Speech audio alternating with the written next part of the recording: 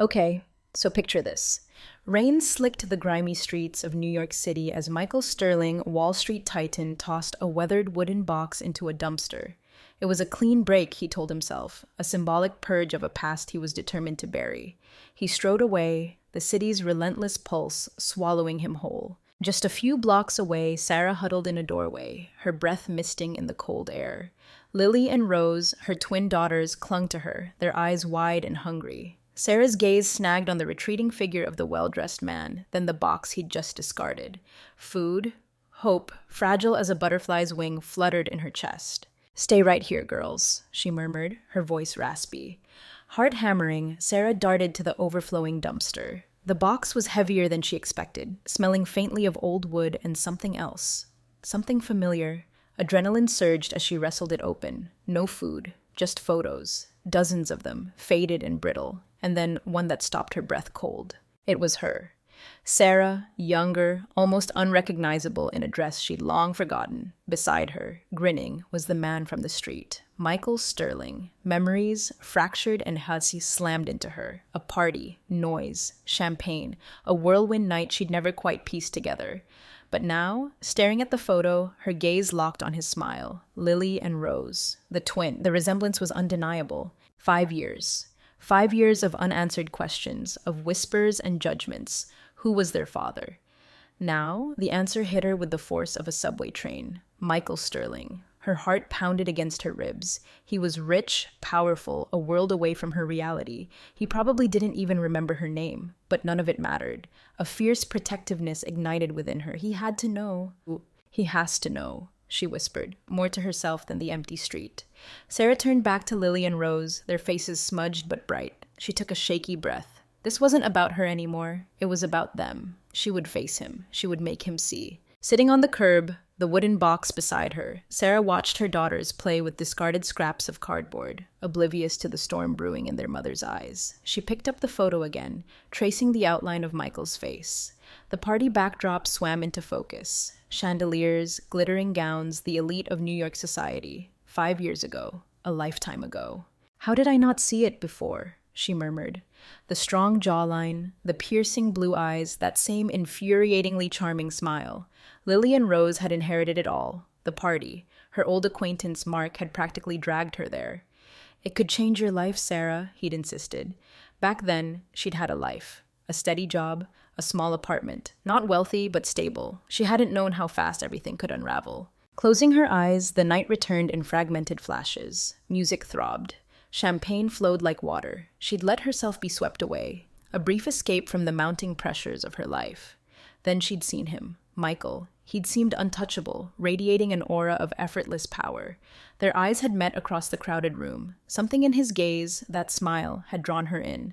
Later, too much champagne, too much noise, and then they were together. The rest was a blur. She'd woken up alone, head pounding, memory a shattered mosaic. Weeks later, the positive pregnancy test. She'd been alone, terrified. Everyone dismissed it as a drunken mistake, a nameless stranger. But now, the photo. It wasn't a stranger. It was Michael Sterling. And his smile was the undeniable proof. Sarah swallowed hard.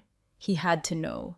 But fear coiled in her stomach. Michael Sterling, a titan of industry, and her, living on the streets. How could she even approach him? Would he believe her, or would he brush her aside, another desperate woman trying to latch onto his wealth? She looked at Lily and Rose, their laughter echoing in the cold air. Their innocent faces banished her fear. Love for her daughters was a roaring fire, burning brighter than any doubt.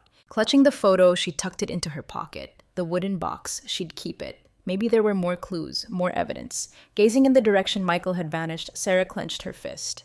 "I won't give up," she vowed, the words a fragile promise in the echoing city. She would find Michael Sterling, for Lily and Rose. The next day, a discarded newspaper headline screamed at her from the sidewalk. "Sterling Gala at the Plaza." Michael, the Plaza Hotel. A surge of adrenaline coursed through her veins. This was it. The plaza lobby glittered with obscene wealth. Sarah's worn clothes and the grime clinging to her felt like a neon sign screaming, "Out of place." Ignoring the judgmental stares, she stepped into the grand ballroom, Lily and Rose clutching her hands. And there he was, Michael Sterling. Across the room, surrounded by a glittering throng, untouchable, just as she'd imagined. But Sarah was resolute. Mr. Sterling, her voice, though trembling, cut through the polite murmur of the room. He turned, his brow furrowing as he took in the sight of the thin, poorly dressed woman walking toward him. I need to talk to you, Sarah said, her voice gaining strength. It's important. A ripple of curiosity spread through the crowd. Sarah stood her ground, pulling the crumpled photo from her pocket. We met 5 years ago, at a party. She took a deep breath, trying to keep her voice steady. You might not remember. Her gaze flickered to Lily and Rose, waiting near the edge of the ballroom. These girls, she gestured toward them, her voice catching. They're your daughters. Silence descended, thick and suffocating. All eyes were on Michael, his face a mask of disbelief. Is this some kind of joke? He finally asked, his voice laced with ice. No, Sarah insisted. It's not a joke. I know it sounds impossible, but look at them. You can see it. Michael glanced dismissively at Lily and Rose, then back at Sarah, his expression hardening. He let out a short, cold laugh. You really think you can walk in here, accuse me of this, and I'll just believe you? He stepped closer, his voice dropping to a low, dangerous whisper, just loud enough for those nearby to hear. I would never be with someone like you. This is ridiculous. Michael's words were a physical blow. Humiliation burned in Sarah's cheeks as the murmurs around them intensified. Look at them closely, she pleaded, her voice trembling now. I'm not here for money. They deserve to know their father. Michael crossed his arms, his gaze sweeping over her with disdain. I have no idea who you are, and frankly, I don't care. Leave before I call security. Tears stung Sarah's eyes, but she refused to break down in front of them all. She grabbed Lily and Rose's hands and fled, the muffled laughter and cruel whispers echoing in her ears. Michael tried to rejoin the conversation, but the encounter had shaken him more than he cared to admit. He remembered that night. Vague flashes, champagne, her face. Something about her had lingered in the back of his mind, and the girls. When he'd actually looked at them, a strange unease had settled over him. The resemblance was striking. He couldn't shake the image of Sarah and the girls. A liar? Maybe. But something in her eyes, her desperate plea, had felt sincere.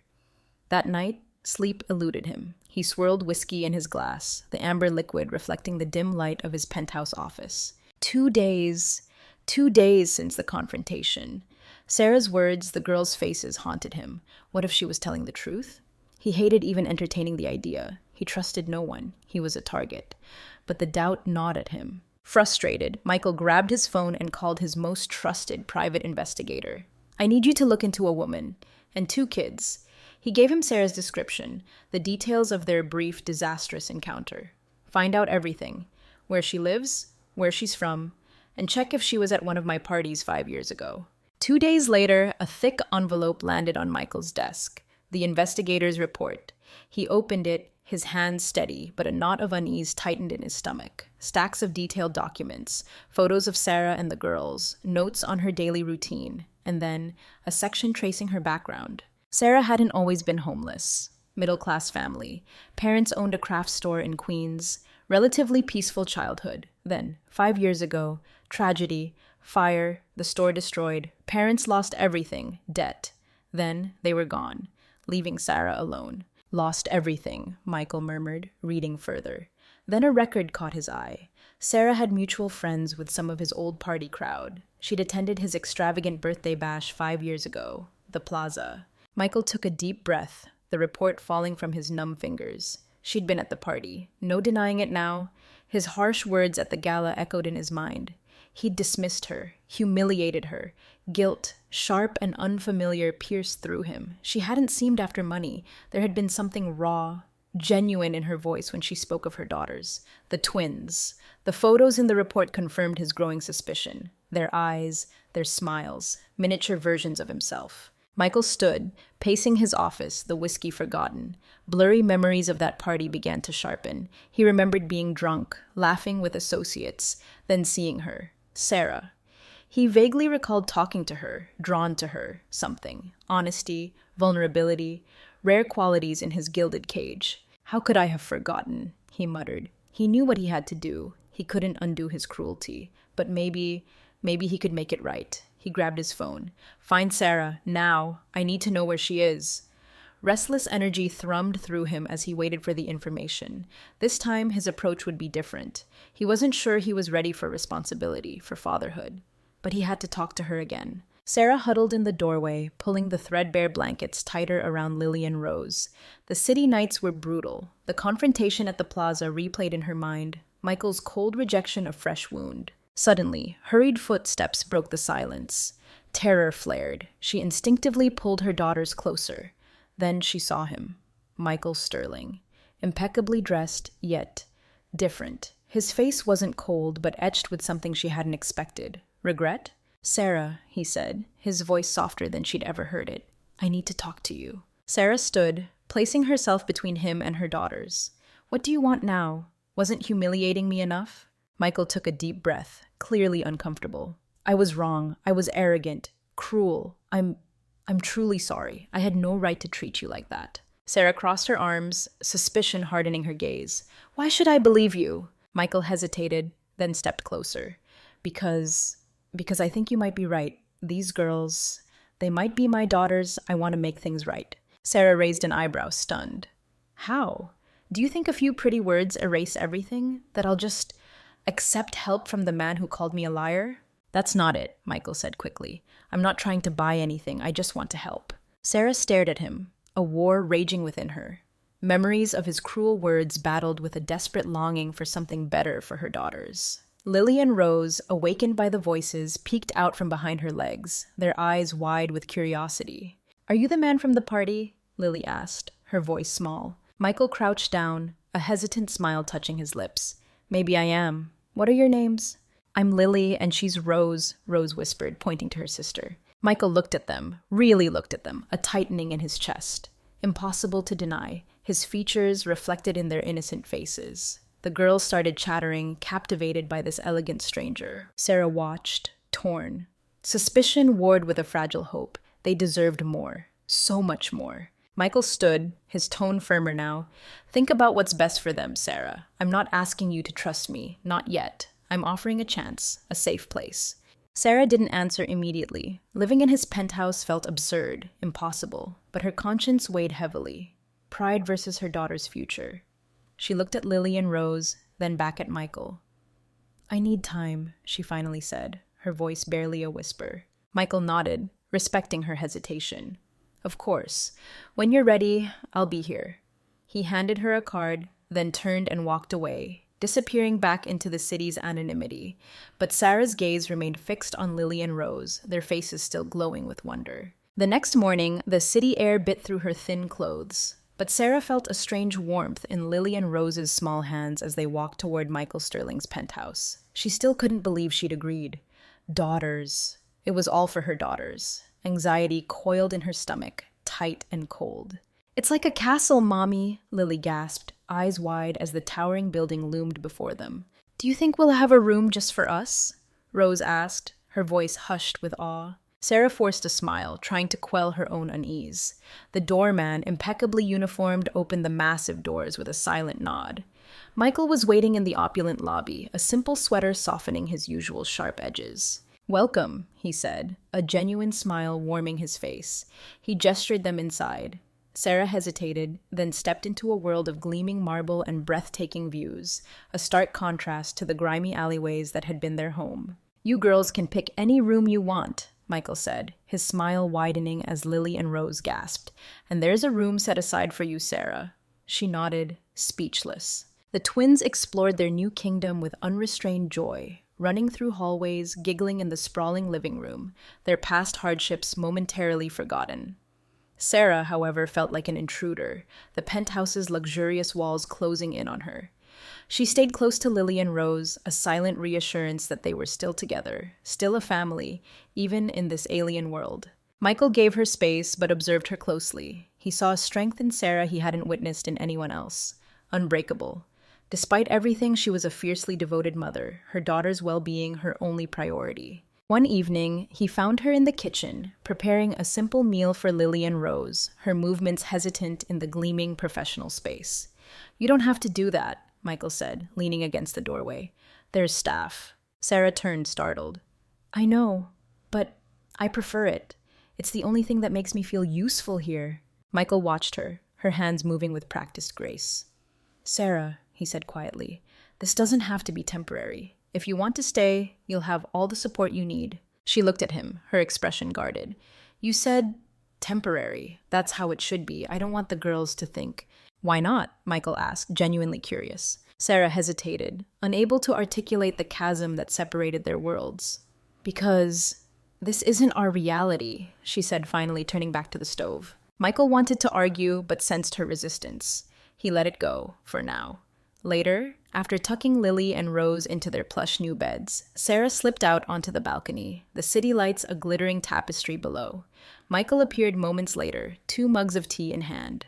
Thought you might like this, he said, offering her one. Thank you, Sarah murmured, accepting the warm mug. They sat in comfortable silence, watching the city breathe.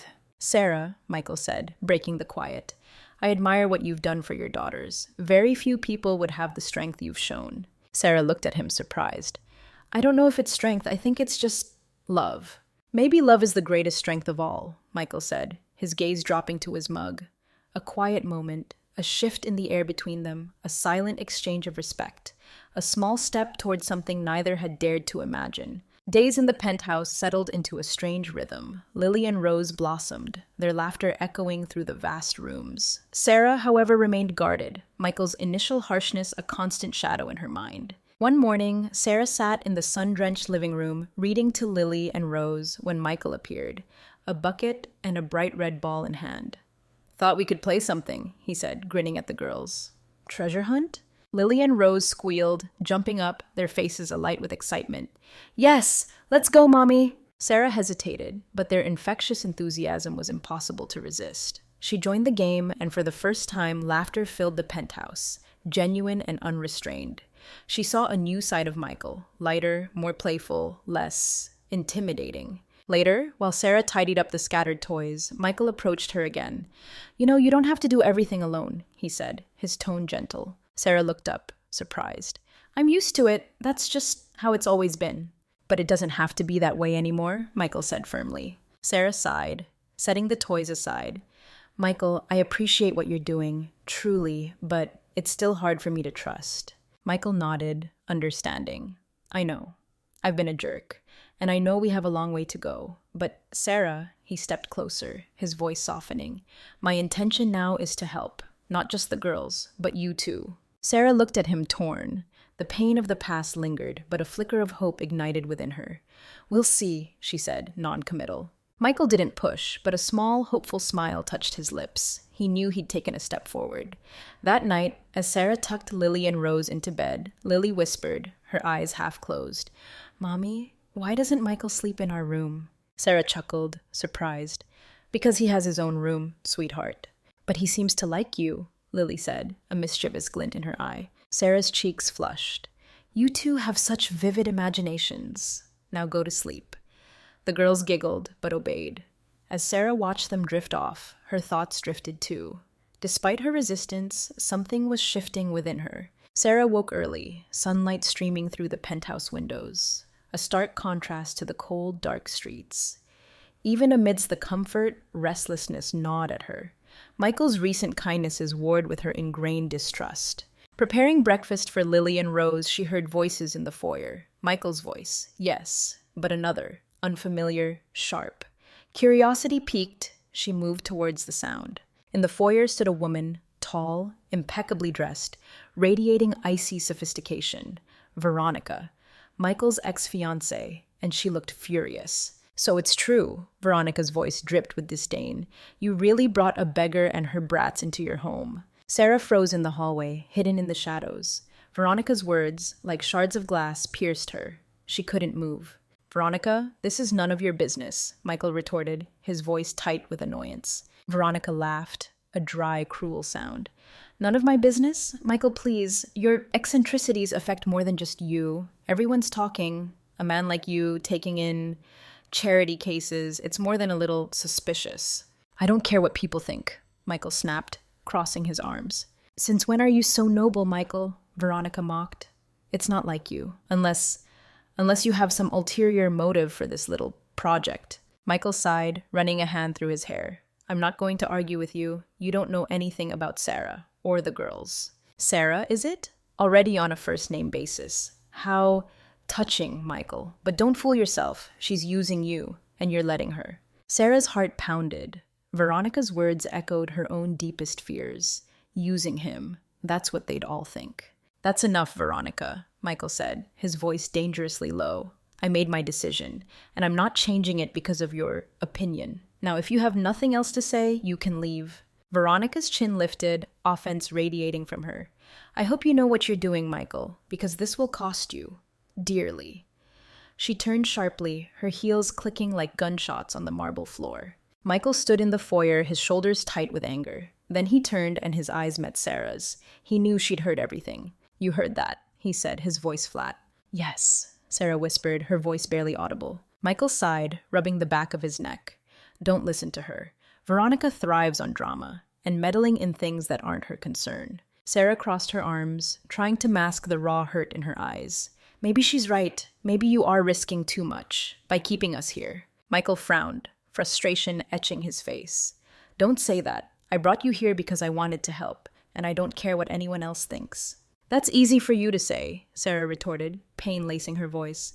But I know how you looked at me at first. I know what you thought of me. Michael hesitated, a flicker of guilt crossing his face. I was wrong, and I'm trying to make up for that. Before Sarah could respond, Lily and Rose came bounding down the hallway, their faces bright. Michael! Michael! Look what we made! Lily cried, holding up a sheet of paper covered in crayon drawings. Michael crouched down, his anger instantly dissolving. This is amazing. You two are such talented artists. The girls giggled, throwing their arms around his neck, filling the foyer with their innocent joy. Sarah watched, a lump forming in her throat. Despite her best efforts to remain detached, a bond was forming between Michael and her daughters.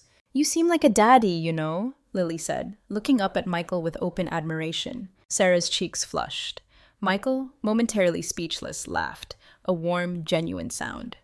I really like you girls, he stammered, pulling them into a hug.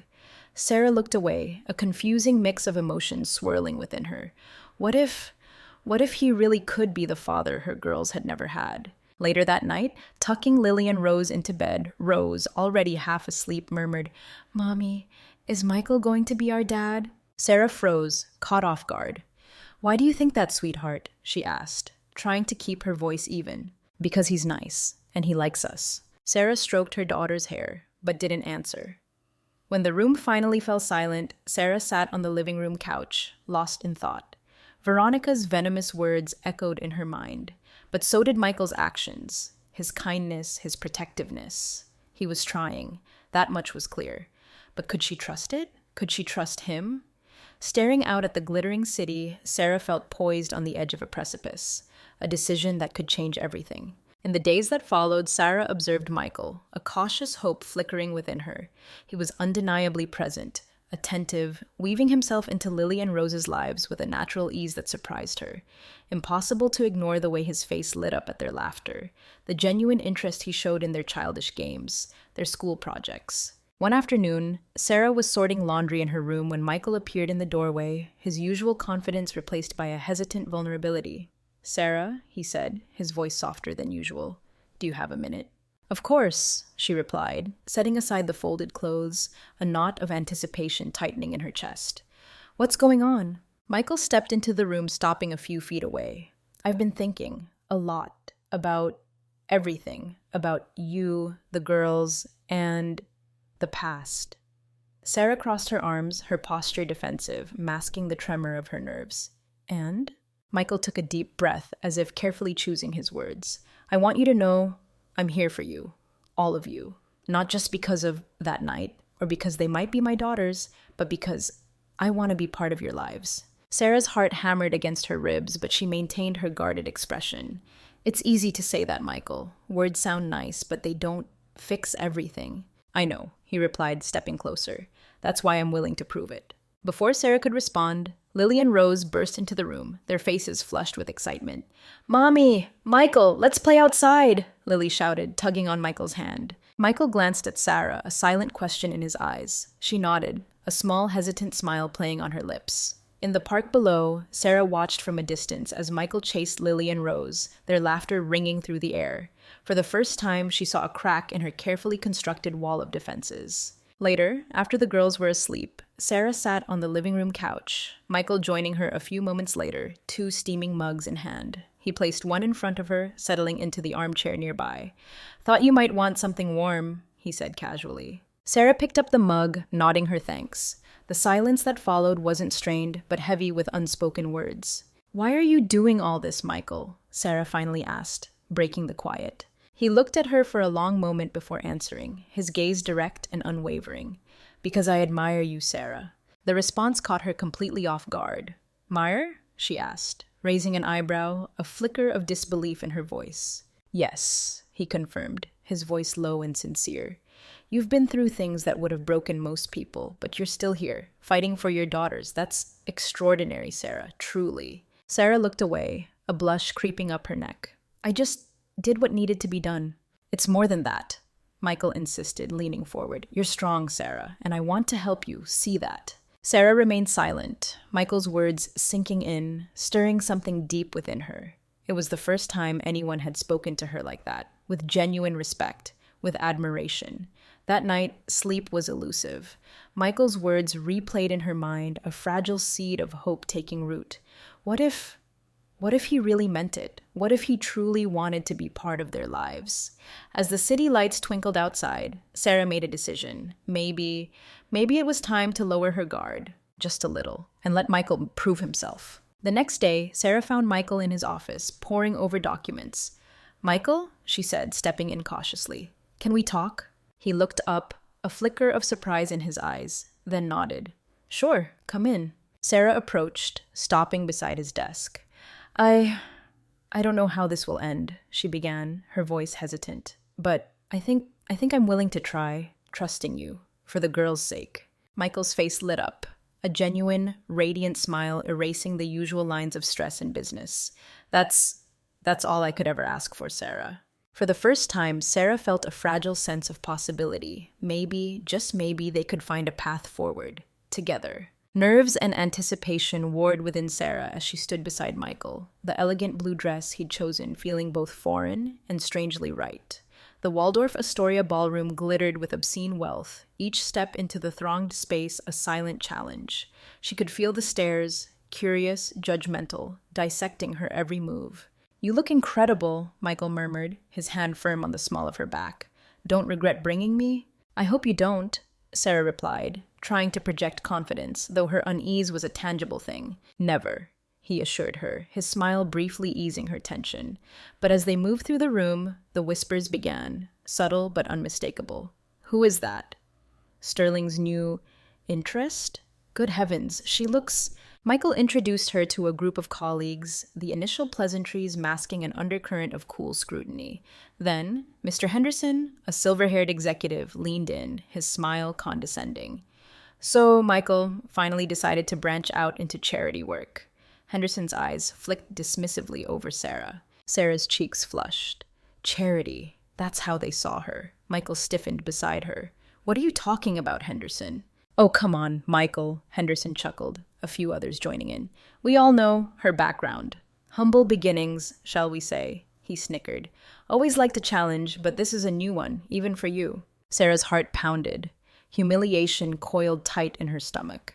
Before she could stammer a response, Michael stepped forward, his voice hardening, a dangerous edge creeping in. "What exactly did you just say?" Henderson shrugged, feigning innocence. "Just a joke, Michael. No need to get so sensitive. But let's be honest, she's not exactly your usual type." Michael let out a short, mirthless laugh.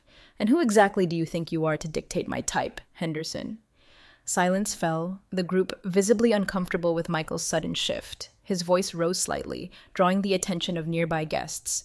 "Sarah," he announced, his gaze sweeping over the stunned faces, "is stronger, more decent, more worthy of respect than anyone in this room. She's faced hardships you couldn't even begin to imagine. And yet, she's standing here, with more grace and integrity than any of you could muster in a lifetime. So before you open your mouths to judge her, take a long, hard look in the mirror. I doubt any of you would last a single day in her shoes." Sarah stood frozen, emotions churning within her. No one had ever defended her like that. Ever. As the awkward silence stretched, another unwelcome figure materialized. Veronica, Michael's ex-fiancée, her smile sharp and predatory. Well, well, well, she purred, her gaze fixed on Sarah. If it isn't the great Michael Sterling and his special project. Sarah's stomach clenched. Project. Veronica, now is really not the time, Michael said, his voice weary. Veronica ignored him, turning to Sarah, her voice dripping with venomous sweetness. Amazing what some people will do to climb the social ladder, isn't it? You must be such an inspiration for those rags to riches stories. Anger, hot and fierce, surged through Sarah, but this time she wouldn't cower. Maybe I am an inspiration, Veronica, and you know why? Because I don't need to step on anyone to feel important. Veronica's smile faltered, a flicker of surprise in her eyes. Sarah pressed on, emboldened by a newfound strength. You act like you're on some kind of pedestal, but what have you actually done to deserve being here? From where I'm standing, the only reason you're still relevant is your connection to Michael. Must be hard not to shine on your own. An audible gasp rippled through the stunned onlookers. Veronica's face contorted with fury, but she was speechless. Michael watched Sarah, a mixture of admiration and stunned disbelief in his eyes. I think, Michael said, a slow smile spreading across his face, taking Sarah's hand. She made her point, Veronica. Perhaps you should find another group to impress. Defeated, Veronica stalked away, leaving a stunned silence in her wake. The party finally ended, and Sarah was emotionally drained. In the limo, she was silent, replaying the evening's humiliations and triumphs. Michael tried to make conversation, but she responded in monosyllables. Back in the penthouse, Sarah headed straight for the balcony. Michael followed, concern etched on his face. Sarah, what's wrong? You were incredible tonight, he said softly. Sarah turned to him, tears welling in her eyes. Michael, this isn't going to work, her voice trembled. Michael frowned, confused. What do you mean? I don't belong in this world, Sarah whispered, gesturing at the glittering city below. You saw how they looked at me, how they talked about me. It'll always be like that. I don't care what they think, Michael said firmly, stepping closer. But I do, Sarah replied, tears spilling down her cheeks. I don't want to be the reason. You lose their respect. I don't want you to have to fight every time someone makes a snide comment about me. Michael moved closer, cupping her face in his hands. Sarah, you are not a problem. You are the best thing that has ever happened to me. He tilted her chin, forcing her to meet his gaze. I'm falling in love with you, Sarah, more every day. And tonight you made me prouder than I've ever been.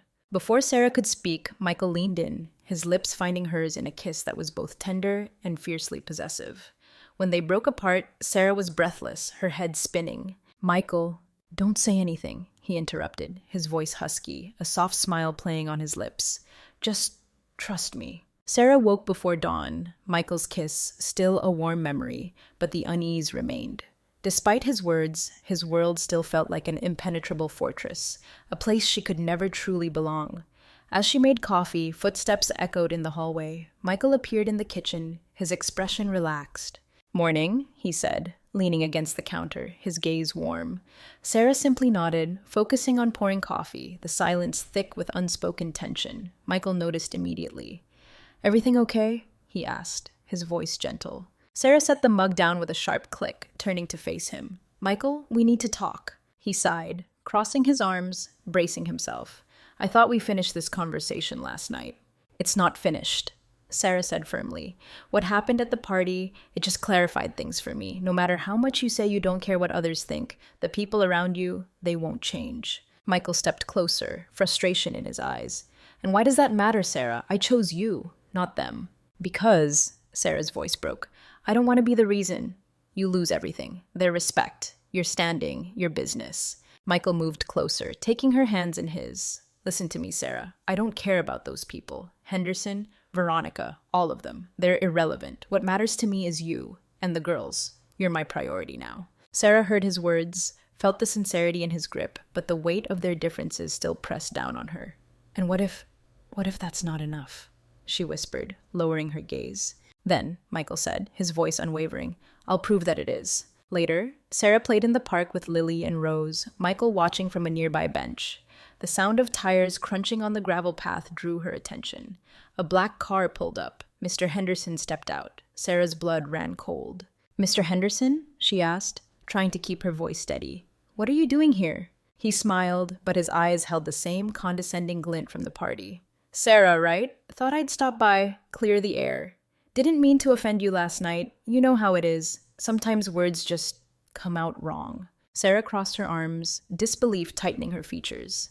No need to pretend, Mr. Henderson. I know exactly what you meant. Sharp girl, he said, that irritating smile widening. Just saying, Michael might want to think twice before getting too involved. People like you tend to complicate things. Before Sarah could retort, Michael was there, striding towards them, his face a thundercloud. Henderson? What the hell are you doing here? His voice was like ice. Henderson raised his hands in mock surrender. Just a friendly chat with Sarah. If threatening and belittling her is your idea of friendly, then you're even more pathetic than I thought. Michael snarled, stepping between Sarah and Henderson. Let me make this perfectly clear. If you ever speak to Sarah or my daughters like this again, you'll have to deal with me. Directly. Henderson's smile faltered, replaced by a flicker of unease. Didn't mean any offense, Michael. Just thinking, what's best for everyone? What's best for everyone, Michael shot back, his voice dripping with contempt, is for you to stay the hell out of my life. And theirs. Now leave, before I have you escorted off the property. Henderson forced a tight smile, backing towards his car. Think about it, Michael. You can still change your mind. He slid into the car and sped away. Sarah let out a breath she hadn't realized she'd been holding. Michael turned to her, his face tight with anger. I'm so sorry about that, Sarah. I don't know what he thought he was doing, coming here. Sarah shook her head, still reeling. This is exactly what I was afraid of, Michael. These people, they won't stop. And I won't stop defending you, Michael said, stepping closer, his eyes burning with determination. Sarah felt the force of his will, but her own anxieties remained. I don't want you to live like this, Michael. You have your reputation, your business. None of that, he interrupted, his voice rough with emotion, taking her hands. None of that means a damn thing to me compared to you and the girls. Don't you see that? She looked into his eyes, searching for any flicker of doubt, any hint of hesitation. There was none, only unwavering resolve, and something else, love. This isn't easy for me, Michael, Sarah admitted, her voice breaking. I know, he whispered, pulling her close.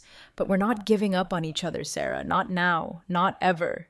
He leaned down, kissing her again, a kiss that was both a promise and a vow. This time, Sarah didn't resist. She leaned into him, allowing the moment to engulf her, fear battling with a fragile, persistent spark of hope. Maybe, just maybe, this could actually work. The weeks following Henderson's unwelcome visit brought an unexpected calm. While Sarah still wrestled with lingering insecurities, she couldn't deny Michael's unwavering commitment. He was proving day by day how deeply he cared. One afternoon, Sarah was in the kitchen preparing snacks when Michael walked in, a relaxed smile on his face, something hidden behind his back.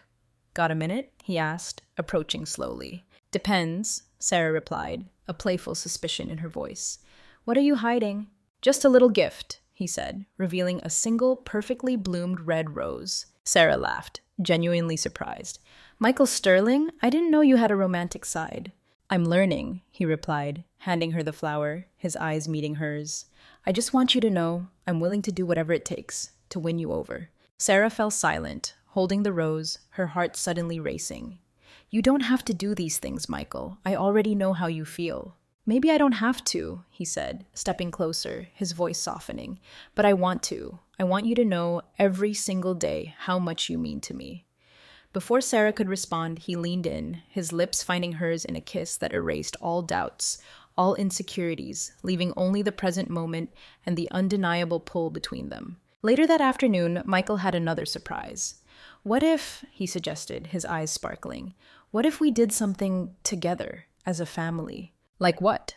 Sarah asked, curious, watching Lily and Rose chase each other in the park. How about a picnic? Just the four of us, somewhere special. Sarah's heart warmed at the simple idea. Watching Lily and Rose's unrestrained joy, she knew it was perfect. A few hours later, they were nestled on a blanket in Central Park, sunlight dappling through the trees. Michael had outdone himself. A gourmet picnic basket overflowing with delicacies, soft music playing from a portable speaker, the city's relentless energy fading into a peaceful hum. Lily and Rose were ecstatic, running and laughing, their faces flushed with happiness. Michael, surprisingly adept, showed them how to fold paper airplanes. Sarah, watching from under the shade of a sprawling oak, smiled. You're great with them, she said, as Michael collapsed beside her, breathless from chasing the girls. They're amazing, he replied, grabbing a strawberry from the basket. Impossible not to love them. A lump formed in Sarah's throat. Michael was becoming so integral to Lily and Rose's lives, a source of both comfort and a strange, exhilarating fear. "I think," she said softly, her gaze fixed on Lily and Rose, "you've managed to win over more than just me." Michael laughed. Then his expression grew serious, his eyes locking with hers. "I love them so much, Sarah." His words resonated deep within her, a chord of longing and hope vibrating in her chest. But before she could respond, Lily and Rose came running towards them, their faces beaming. "Mommy, look! Michael taught us how to make a plane," Lily cried, holding up a crumpled piece of paper. "You're learning fast," Sarah said, laughing, her heart swelling with a happiness she hadn't dared to dream of. "He's the best," Rose chimed in, throwing her arms around Michael's neck. Michael hugged her back, his gaze meeting Sarah's over Rose's shoulder, a playful grin spreading across his face. "I think," he said, his voice soft, "I could get used to this." Sarah just smiled, a genuine, unguarded smile, her heart opening a little wider with each passing moment. That evening, under a canopy of stars on their penthouse balcony, Sarah and Michael sat in comfortable silence, a natural intimacy settling between them. "I never imagined," Sarah began, her gaze drifting upwards, "I could have something like this." "A family?" Michael finished, his voice low, taking her hand in his. "Happy moments? You deserve all of it, Sarah, more than anyone." Sarah turned to him, noticing the intensity in his eyes, the unwavering sincerity in his gaze. "Sometimes," she admitted, her voice barely a whisper, "it still feels like a dream." Michael leaned in, gently cupping her face in his hands. Then, he murmured, his thumb tracing the curve of her cheek, "I'll make sure to remind you every single day that it's real." He leaned in, his lips finding hers, the kiss deeper, more lingering, more profound than any before. It was a kiss that promised forever, a kiss that banished the ghosts of the past, a kiss that sealed their future. The next day, another surprise. "Sarah," Michael announced, a mischievous glint in his eyes, "I've been thinking, why don't we take a trip? Somewhere peaceful, just the four of us." Sarah laughed, shaking her head. "You don't stop, do you?" "Not at all," he replied, grinning. "I want to give you and the girls everything I can." Sarah hesitated, glancing at Lily and Rose, their faces alight with anticipation. She knew she couldn't refuse. "Okay, Michael," she conceded, a smile playing on her lips, "but nothing too extravagant." He feigned offense, clutching his chest dramatically. "Me? Extravagant? Never." Laughter filled the penthouse, light and free, chasing away the last shadows of doubt. Sarah realized, with a quiet sense of wonder, that for the first time in a long, long time, she felt genuinely happy. And maybe, just maybe, this wasn't a dream after all.